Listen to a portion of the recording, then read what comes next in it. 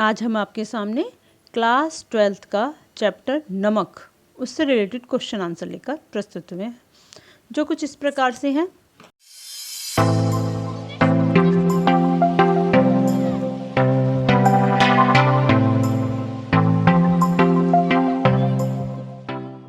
पहला आपका क्वेश्चन है, साफिया के भाई ने नमक की पुड़िया ले जाने से क्यों मना कर दिया।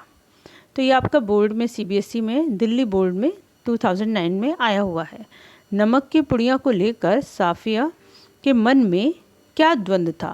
साफिया के भाई ने नमक ले जाने के लिए मना क्यों कर दिया था। तो क्वेश्चन को दो तरह से दिया जा सकता है, तो जैसा भी आएगा आंसर आपको यही लिखना है। तो कुछ इस प्रकार से है, नमक की पुड़िया को लेकर साफिया के मन में यह द्वंद्व था कि वह नमक कस्टम अधिकारियों को दिखाकर ले जाने या चोरी से छिपाकर। साफिया के भाई ने नमक की पुड़िया ले जाने से मना कर दिया क्योंकि पाकिस्तान से भारत को नमक का निर्यात प्रतिबंधित था। मतलब हम पाकिस्तान से भारत नमक नहीं ले जा सकते थे, यह गैरकानूनी था। दूसरा, कस्टम अधिकारी नमक की पुड़िया निकल आने पर बाकी सामान की भी चिंदी बिंदी बिखेर देंगे। चिंदी बिंदी यानी उसको भी पूरी तरह से खोलकर बिखेर देंगे, इससे बदनामी होगी। और भारत में तीसरा कारण ये भी बताया कि भारत में पर्याप्त मात्रा में नमक है। नेक्स्ट क्वेश्चन है, नमक की पुड़िया ले जाने के संबंध में साफिया के मन में क्या द्वंद्व था। नमक की पुड़िया न ले जाने के बारे में साफिया के मन का द्वंद्व स्पष्ट कीजिए। तो दो तरह से आ सकता है, आंसर कुछ इस प्रकार से है। नमक की पुड़िया ले जाने के संबंध में साफिया के मन में यह द्वंद्व था कि वह नमक की पुड़िया को चोरी से छिपा कर ले जाए या कस्टम अधिकारी को दिखा कर ले जाए। पहले वह इसे कीनियों की टोकरी में सबसे नीचे रखकर कीनियों से ढक लेती है। फिर वह निर्णय करती है कि वह प्यार के इस तोहफे को चोरी से नहीं ले जाएगी। वह नमक की पुड़िया को कस्टम वालों को दिखाएगी। नेक्स्ट क्वेश्चन है आपका, जब साफिया अमृतसर पुल पर चढ़ रही थी तो कस्टम ऑफिसर निचली सीढ़ी के पास सिर झुकाकर चुपचाप क्यों खड़े थे। उत्तर, कस्टम अफसर का सिर झुकाए चुपचाप खड़े होना उनकी विचार मग्न स्थिति को व्यक्त करता है।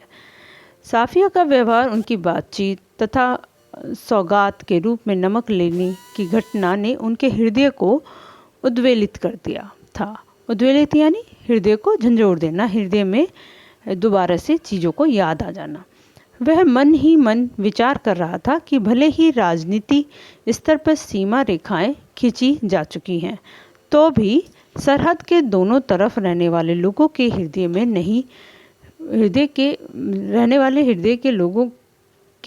नहीं बांटा जा सकता है। मजहबी आधार पर बांटे लोग आज भी बंटवारे से पूर्व के शहरों को अपना मानते हैं। इन शहरों के प्रति मन में आज भी वही प्रेम पनपता है जो वर्षों पहले था। यानी बंटवारा भले ही हो गया हो, लेकिन आज भी वो प्रेम बना हुआ है। क्वेश्चन नंबर 4 है, लाहौर अभी तक उनका वतन है और दिल्ली मेरा वतन ढाका है जैसे उद्गार किस सामाजिक यथार्थ की ओर संकेत करते हैं। उत्तर, पाकिस्तानी कस्टम अधिकारी कहते हैं लाहौर अभी तक उनका यानी सिख बीवी का वतन है और दिल्ली मेरा। सुनील दास गुप्त कहता है कि मेरा वतन ढाका है। ये कथन इस सामाजिक यथार्थ को स्पष्ट करते हैं कि देश की सीमाएं मनुष्य के मनों को विभाजित नहीं कर सकती। मनुष्य का लगाव अपनी जन्मभूमि से नहीं टूट सकता। स्वदेश प्रेम कोई गमले में उगाया जाने वाला पौधा नहीं है, उसे मन मर्जी से कहीं भी उगा जा सके। हर मनुष्य को स्वाभाविक रूप से अपनी जन्मभूमि से प्रेम होता है, जो कि अंतिम समय तक रहता है। अतः भारत और पाकिस्तान आदि के विभाजन अस्वाभाविक है और कृत्रिम है। नेक्स्ट क्वेश्चन है, नमक ले जाने के बारे में साफिया के मन में उठे द्वंद्वों के आधार पर उनकी चारित्रिक विशेषताओं को स्पष्ट कीजिए। तो अब हमें साफिया की जो चारित्रिक विशेषताएं, उसका चरित्र किस प्रकार का था, उसे हमें लिखना है। उत्तर कुछ इस प्रकार से है, उपर्युक्त परिस्थितियों के आधार पर साफिया का चरित्र की निम्नलिखित विशेषताएं हैं। पहला, भावुक हृदय। साफिया सिख बीबी में ही अपनी माँ का स्वरूप देखती हैं। नमक की सौगात को लेकर वह बहुत भावुकता का परिचय देती हैं। भाई के नमक ले जाने से मना करने पर वह विचलित हो जाती हैं। दूसरा स्वभाव है उनका द्वंद्वग्रस्त।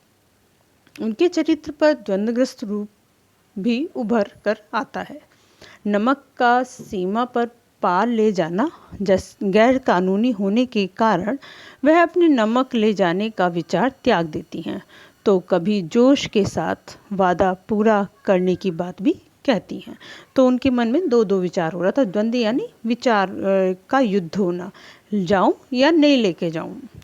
तीसरा पॉइंट है स्पष्टवादी। कस्टम अधिकारियों के समक्ष कीनुओं की में छिपा कर लाए गए नमक को रख लेना और उनकी स्पष्टवादिता का परिचायक है। हो सकता है कि वह नमक को कीनियों में छिपाकर ले जाने में सफल हो जाती, पर उनके हृदय में अनैतिकता कार्य की गवाही नहीं दे। तो क्या अनैतिकता मतलब नैतिक होता है अच्छे कार्य को अच्छे तरीके से करना, और अनैतिकता मतलब किसी धर्म से, एक नियम से, एक सम्मान से ना करना। चौथा है देश प्रेमी। साफिया के हृदय में अपने देश के प्रति अटूट प्रेम है। उनकी इसी भावना को देखकर कस्टम अधिकारी भी उसे नमक ले जाने से मना नहीं कर पाते। वचनबद्ध।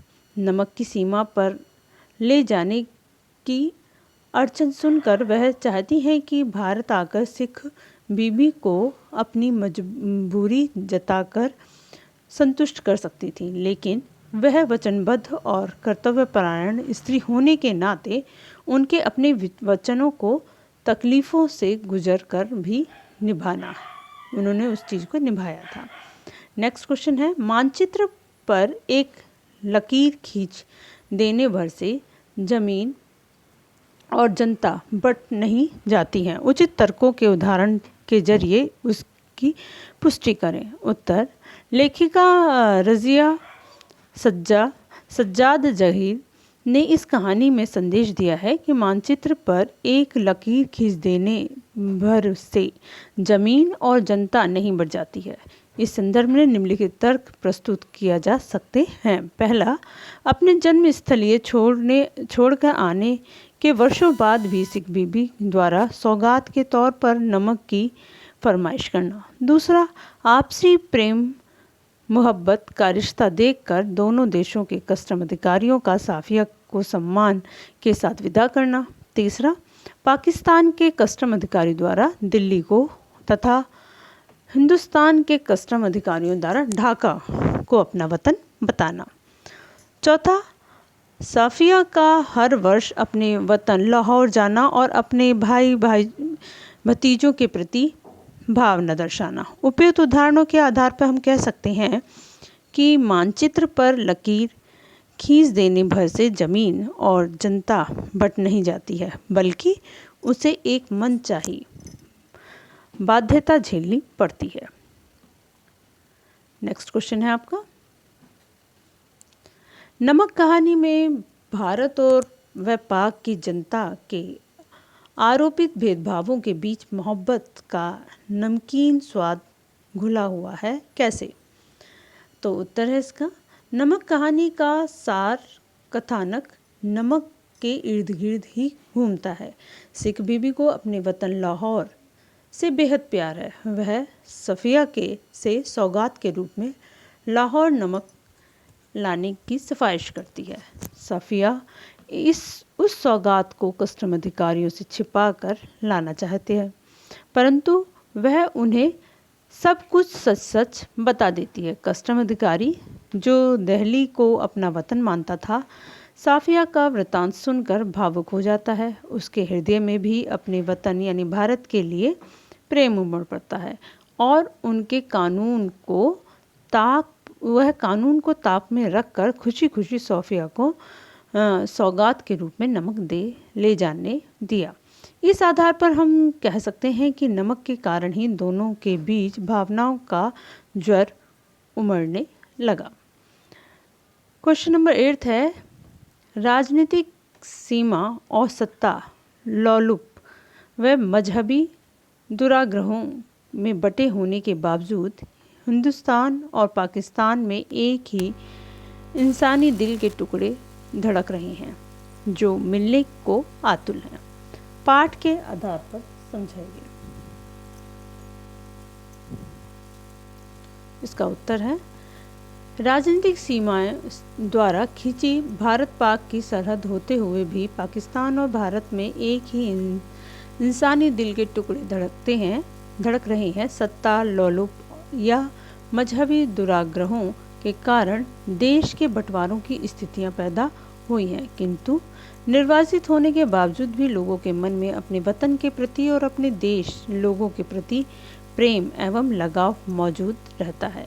यद्यपि भारत और पाक विभाजन के कारण लोग अपने मित्रों एवं संबंधियों और पड़ोसियों से बिछुड़ गए हैं, किंतु उनका हृदय आज भी इन बिछड़े लोगों के विरह में तड़पता है तथा हमेशा उनसे मिलने के लिए आतुर रहता है।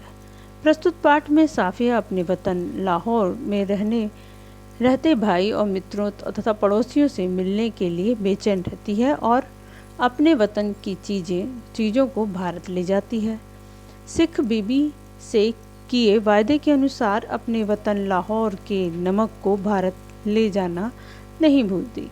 कस्टम अधिकारी अपने वतन दिल्ली यानी भारत को निवासी साफिया को देखकर उनके मन को याद करता है, अपने वतन को याद करता है। अपने वतन जाती साफिया को गैर कानूनी ढंग से नमक ले जाने से नहीं रुकता।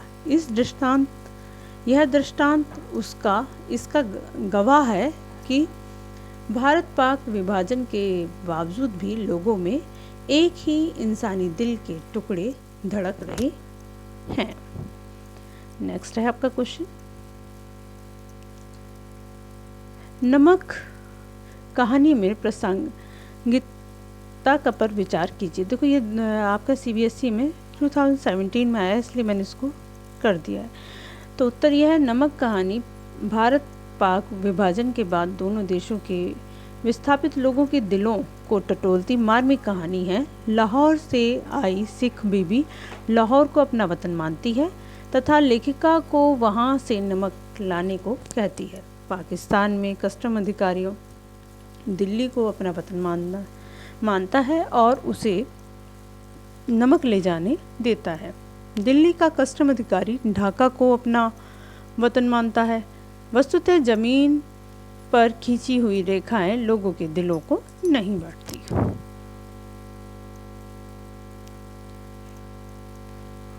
नेक्स्ट है आपका क्यों कहा गया।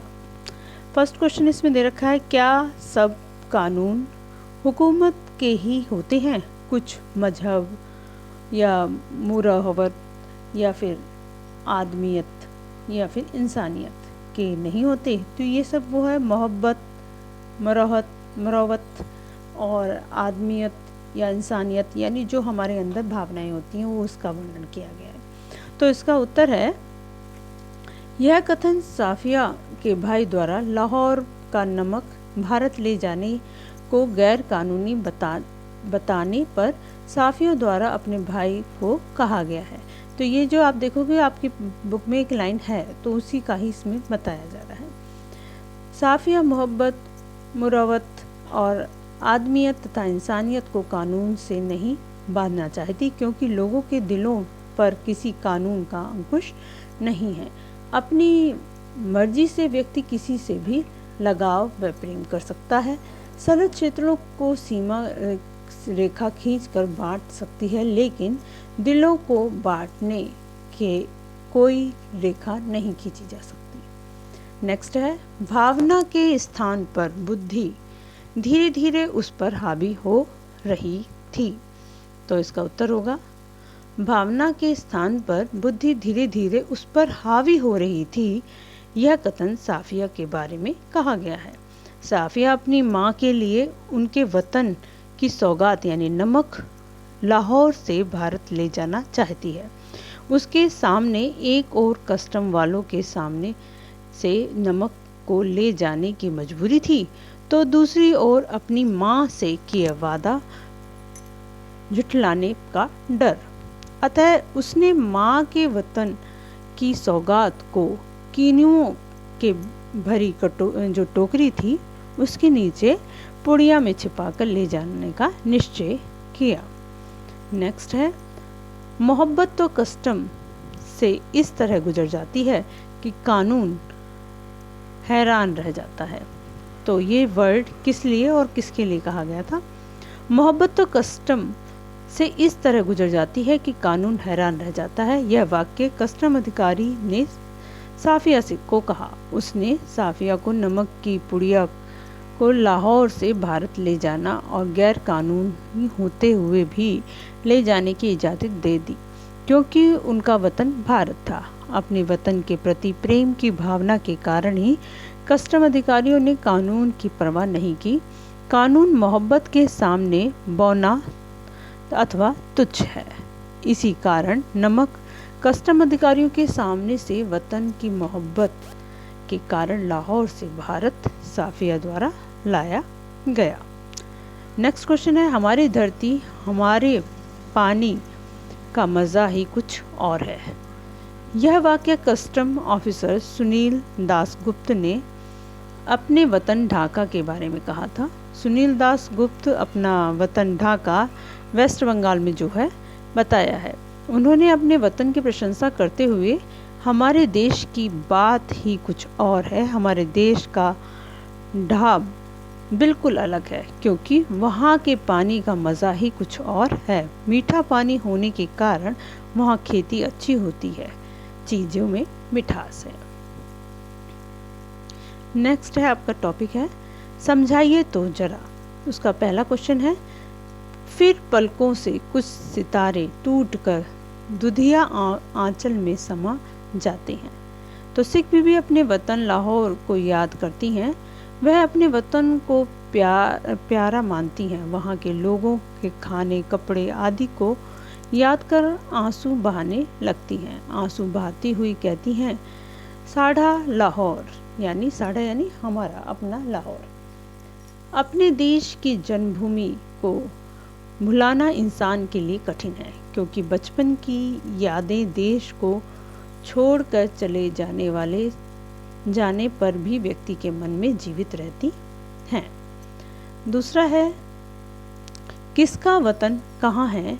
वह तो कस्टम के इस तरफ है या उस तरफ। इसका मीनिंग क्या हो सकता है? जब साफिया लाहौर से वापस आते हुए अमृतसर के पुल पर चढ़ रही थी, तब वहाँ तो दो कस्टम अधिकारियों को सिर झुकाते खड़े देखकर वह सोचती है कि हमारा वतन कस्टम के इस तरफ है या उस तरफ, क्योंकि कस्टम अधिकारियों का वतन भारत कस्टम के एक तरफ है, तो साफिया का वतन लाहौर के दूसरी तरफ। इस सीमा रेखा ने जमीन को दो देशों में विभाजित कर दिया था।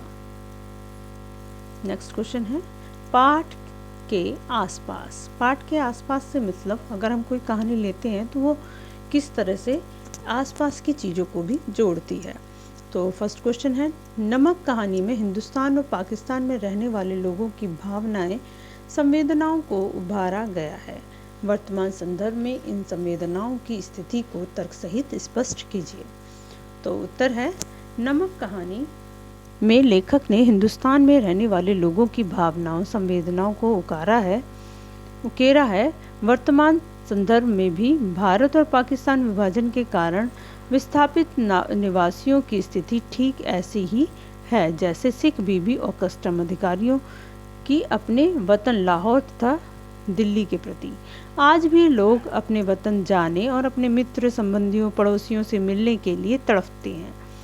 आज भी उनका दिल अपनी जन्मभूमि के दर्शन के लिए लालायित रहता है। अपने समाज, संस्कृति और लोगों की पहचान को लोग अपने दिलों में से नहीं निकाल सके हैं।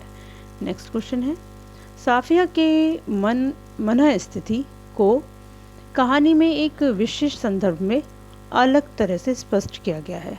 अगर आप साफिया के स्थान पर होते तो हमारी स्थिति भी वैसी ही होती। स्पष्ट कीजिए। साफिया की मनस्थिति अपनी माँ के लिए लाहौरी नमक ले जाकर वादे को पूरा करने की है। हाँ, अगर हम साफिया के स्थान पर होते तो हमारी स्थिति भी साफिया की तरह ही होती। हम भी अपने भाइयों, मित्रों एवं पड़ोसियों से मिलने के लिए ललाहित रहते तथा माँ की सिफारिश को पूरा करने के फरमाइश जो है उसको पूरा करने के लिए अवश्य ही प्रयास करते। नेक्स्ट आपका क्वेश्चन है, भारत पाकिस्तान ने अपने संबंधों को सुधारने के लिए दोनों सरकारें प्रयासरत हैं। व्यक्तिगत तौर पर आप इनमें क्या योगदान दे सकते हैं या दे सकती हैं? उत्तर, भारत पाकिस्तान के आपसी संबंधों को सुधारने के लिए दोनों सरकारें प्रयासरत हैं। व्यक्तिगत तौर पर हम उन संबंधों को सुधारने के लिए ऊंच नीच, जात भेद, धर्म भेद, सांप्रदाय भेद आदि विभेदों को दूर करने का प्रयास कर अपने दिलों की दूरियों को दूर करने का प्रयास कर सकते हैं। सरहद की रेखाओं की परवाह न करते हुए दिलों की दूरी को दूर करने का प्रयास हम उसको कर सकते हैं। फोर्थ क्वेश्चन है, लेखिका ने विभाजन के उपजी विस्थापन की समस्याओं का चित्रण करते हुए साफिया व सिख बीबी के माध्यम से यह भी परोक्ष रूप से संकेत किया है कि इनमें भी विवाह की रीति के कारण स्त्री सबसे अधिक विस्थापित है। क्या आप इससे सहमत हैं? उत्तर, लेखिका ने सिख बीबी एवं साफिया के द्वारा यह संकेत किया गया है कि विवाह के कारण स्त्री अधिक विस्थापित होती है। लाहौर में जन्मी सिख बीबी तथा साफिया का विवाह भारत में होता है, इसीलिए वे अपने संबंधियों और भाइयों, मित्रों एवं पड़ोसियों, यहाँ तक कि अपनी जन्मभूमि से दूर भी हो जाती है। हम इस कथन से पूर्णतः सहमत हैं कि अधिकतर स्त्रियों के लिए विस्थापित होने के कारण विवाह संबंध भी हैं। नेक्स्ट क्वेश्चन, फिफ्थ क्वेश्चन है आपका, विभाजन के अनेक रूपों में बटी जनता को मिलाने की अनेक भूमिकाएं होती हैं। रक्त संबंध, विज्ञान, साहित्य या फिर कला, इनमें से कौन सबसे ताकतवर है और क्यों?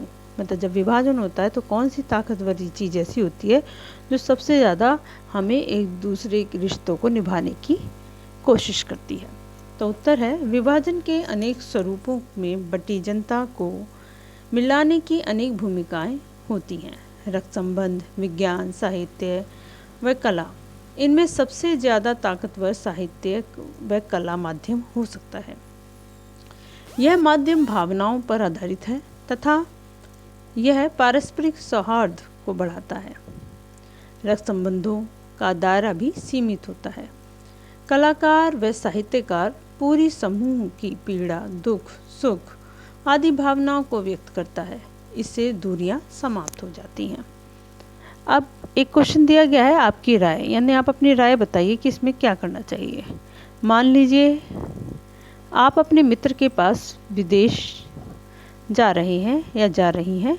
आप सौगात के तौर पर भारत की कौन सी चीज़ ले जाना पसंद करेंगी या करेंगे या और क्यों?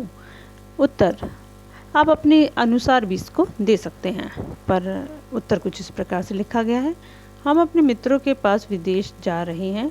सौगात के तौर में भारत से निम्नलिखित चीज़ें ले जाना पसंद करूंगी, जैसे ताजमहल की प्रतिकृति, रामायण, अच्छी साहित्यों की रचना, मित्र के पसंद के खाने की चीज़, और इस तरह से लेके जाते भी हैं। नेक्स्ट है आपका भाषा की बात। नीचे दिए वाक्यों को ध्यान से पढ़ें। का हमारा वतन तो जी लाहौर ही है, लाहौर ही है। ख, क्या सब कानून हुकूमत के ही होते हैं? तो आंसर है हमारा वतन तो जी लाहौर ही है। इससे हम इसका बता सकते हैं, यद्यपि सिख बीबी एवं साफिया भारत में विस्थापित हैं, परंतु वे अपने वतन लाहौर को नहीं भूली। इस बात पर जोर देने के लिए लेखिका ने प्रस्तुत कथन में ही का प्रयोग किया है। ही मतलब का मतलब आपने 10th में भी पढ़ा होगा कि ही का मतलब होता है हम किसी चीज़ पर जोर दे रहे हैं। दूसरा जो कथन कहा है वो क्या है, क्या सब कानून हुकूमत के ही होते हैं, तो इसमें भी ही का प्रयोग हुआ है। हुकूमत के से ऊपर मोहब्बत है, इस बात पर जोर देने के लिए लेखिका ने इस कथन में ही का प्रयोग किया है। सामान्यतः ही निपात का प्रयोग किसी बात पर बल देने के लिए किया जाता है। ऊपर दिए गए वाक्यों में ही के प्रयोग से अर्थ में क्या परिवर्तन आता है, स्पष्ट कीजिए। ही का प्रयोग करते हुए दोनों तरफ के अर्थ वाले 5-5 वाक्य बनाओ। तो आपको 5 वाक्य ऐसे लिखने हैं जिसमें ही का प्रभाव आ रहा हो। वो कुछ इस प्रकार से हैं। ही पर बल देते हुए दोनों तरफ के 5-5 वाक्य इस तरह से हो सकता है, हमारी वेशभूषा तो साड़ी व सूट ही है, हमारे धर्म तो मानवता ही है, हमारा अपना घर तो भारत ही है, हमारा अपना धर्म तो हिंदू ही है, हमारा आपसी संबंध तो मधुर ही है। और दूसरे वाक्य के अनुसार हम ये बना सकते हैं कि क्या सब पढ़ाई विद्यालय में ही होती है, क्या सभी कॉलेजों में ही जाते हैं, क्या सभी व्यवसाय भी करते हैं, क्या सभी मंदिर में ही पूजा करते हैं, क्या शांति केवल पूजा से ही मिलती है। तो इस तरह से ही के ये वाक्य। नेक्स्ट क्वेश्चन है आपका, नीचे दिए गए शब्दों में हिंदी रूप लिखिए। जैसे मरोवत यानी संकोच, आदमियत यानी मनुष्यता, अदीब यानी साहित्यकार, साड़ा यानी हमारा, मायका मायने यानी अर्थ, सरहद यानी सीमा, और अक्स प्रभाव, लबोलबहाजा यानी बोलचाल का ढंग, और नफीस यानी सरुचिपूर्ण। नेक्स्ट है आपका 15 दिन यूं गुजरे कि पता ही नहीं चला। वाक्य को ध्यान से पढ़िए और इसी प्रकार यों की ही से प्रयुक्त युक्त 5 वाक्य बनाइए। कैसे, वह यों ही चला गया कि पता ही नहीं चला। दूसरा, कुछ वर्ष यों ही बीत गए कि पता ही नहीं चला। तीसरा, क्लर्क ने यों ही टरका दिया कि कुछ काम नहीं किया। यों ही मैं घर से निकलने वाला था कि सोहन आ गया। पांचवा, सुमन यों आई कि पता ही न चला। इस प्रकार से अब आपके ये लास्ट थोड़ा सा इसमें दे देते हैं जिससे कि लोगों को, बच्चों को ये जानकारी हो। जानकारी के लिए इसमें कुछ दिया गया है जो इस प्रकार से है। मुहर्रम एक शब्द यूज़ किया गया था कि मुहर्रम के समय वो सफ़ेद चुन्नी ओढ़ती थी, उसके बारे में। तो वो इस प्रकार से है, मुहर्रम है इस्लाम धर्म के अनुसार साल का पहला महीना जिसकी 10वीं तारीख को इमाम हुसैन शहीद हुए। और सैयद होता है मुसलमानों का चौथा खलीफा, अली के वंशों को सैयद कहा जाता है। इकबाल सारे जहां से अच्छा के गीतकार थे ये इकबाल। नजरुल इस्लाम बंगाल के क्रांतिकारी कवि। शमसुल इस्लाम बंगाल देश के प्रसिद्ध कवि।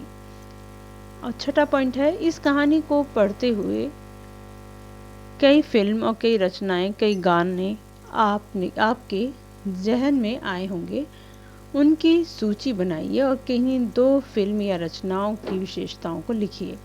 आपकी सुविधा के लिए कुछ नाम दिए गए जा रहे हैं। तो ये कुछ इस प्रकार से, ये बस खाली आपकी जानकारी मात्र है।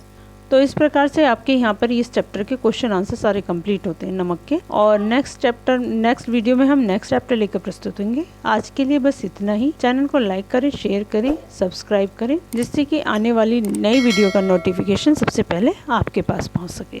आज के लिए इतना ही। धन्यवाद।